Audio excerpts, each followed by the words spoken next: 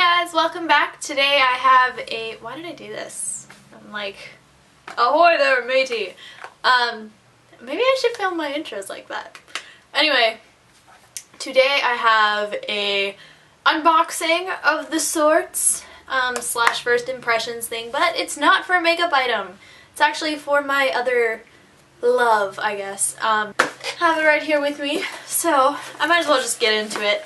A while ago, my AT&T agreement, I guess, was up, so I had an available upgrade, and that was in the summer, which was before the new Nexus 5 came out, and I kind of knew that the new Nexus was coming out, and I liked the Galaxy S4, but I wasn't too sold on it because it was too big, and I liked the Nexus 5 when it came out, but paying out of pocket for me just wasn't gonna cut it.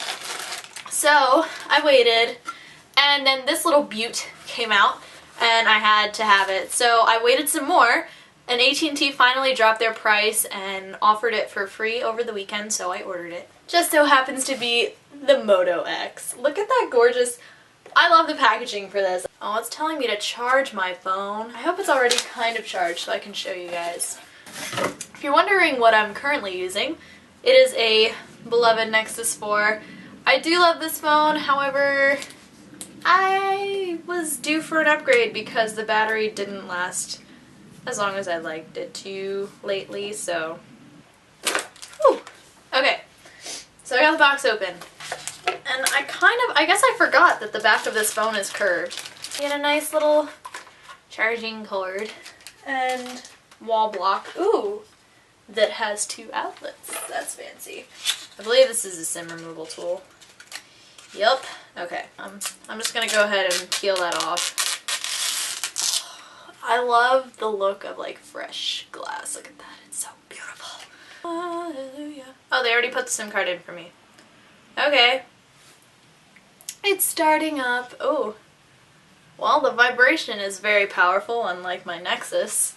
I just signed into my Google account, and it's letting me back up and restore all the data from my Google account, apparently. And it's actually restoring my phone for me. How fancy.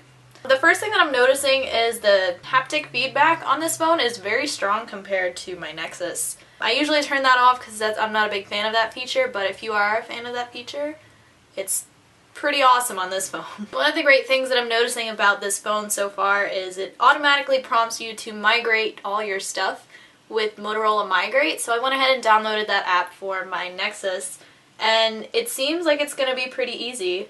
So then it gives you a QR code for your new phone and a scanner for your old phone. So I'm just going to scan that. And now it says connecting your phones, which is pretty awesome. So now they're simultaneously feeding information to each other, I assume. The camera in this is a little different than what I'm used to. Slow motion video on. Oh. iPhone users, you've got competition. Oh, wow. That captured slow-mo video. I'm impressed. I'm thoroughly impressed. So I've had a couple hours to play with the phone, and I'm kind of observing a few more things as I'm going along, some of them positive, some of them negative. So, like I said before, the Moto Migrate was a really awesome feature. I kind of got most of my settings from my old phone onto the new one pretty flawlessly. You pretty much just downloaded the app on each phone and it worked. The vibration is very strong, which could be a good or a bad thing. I haven't decided yet if I like this vibration or my old one. The AMOLED screen is really great, especially for saving battery life. The active display is really awesome. When you get a notification, it'll pop up, and then you kind of just swipe up to show the notification, and then if you want to view it, you let go while you're swiping up and it'll pop up. Google Now is also a really great thing. Okay, Google.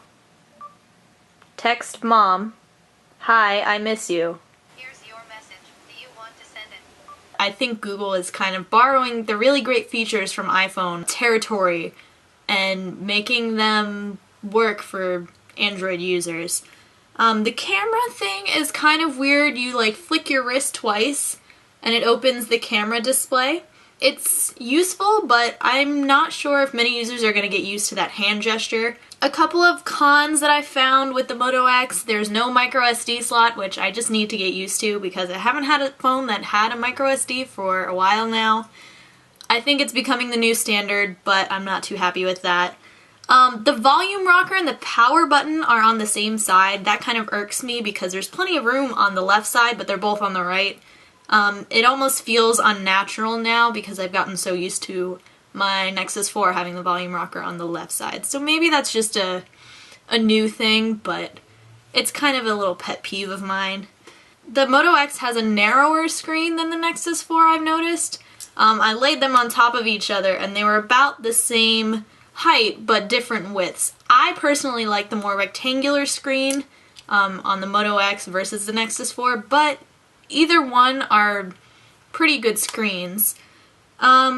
The only thing with the Moto X is the low-res display. The Nexus 5 had a higher resolution display, whereas the Moto X is a little less. Motorola's reasoning for that was so that the users didn't waste their power, their battery juice, on something that they're not going to see much of a difference of. And I can attest to that. I haven't seen much of a difference in resolution and like poor display on my Moto X so far. The one last thing that people were kind of griping about was its odd shape. It's kind of like bowed in the back.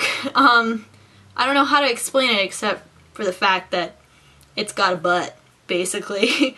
So the Moto X is a really great phone. I love it. I can't wait to use it. But if you have any questions or comments, just leave them down below and I'll be sure to get back to you. And my camera battery is about to die, so I will see you guys later. Bye.